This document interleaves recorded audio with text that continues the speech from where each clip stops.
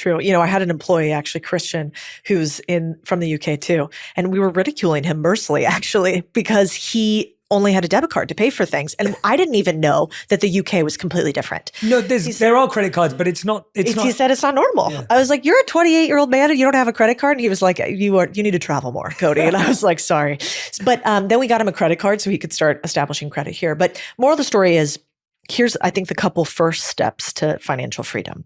If you want to set up your kid for success, you actually want them to get a credit card really early. Doesn't so much matter what type of credit card. I'm not like the points guy where I like to operationalize and optimize every aspect of a credit card. I think that is almost more work than trying to make more money.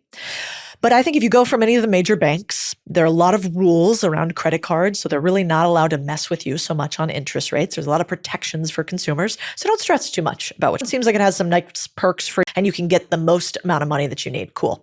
So that's step one. And if you can do that for your kids in high school, they will have more access to the first pillar, I think, of wealth, which is resources. We all know what's the saying? It takes money to make money, right? And so if you come from nothing, well, you can start actually building up your resource pile just from your credit, which you can start at a young age. You don't need to be rich to do that. And then after resources, you pile on knowledge, right? The rich pass on how to invest. We need to start doing that to our next generation. Then you pass on wealth accumulation. That's where you start to pile on your own money. And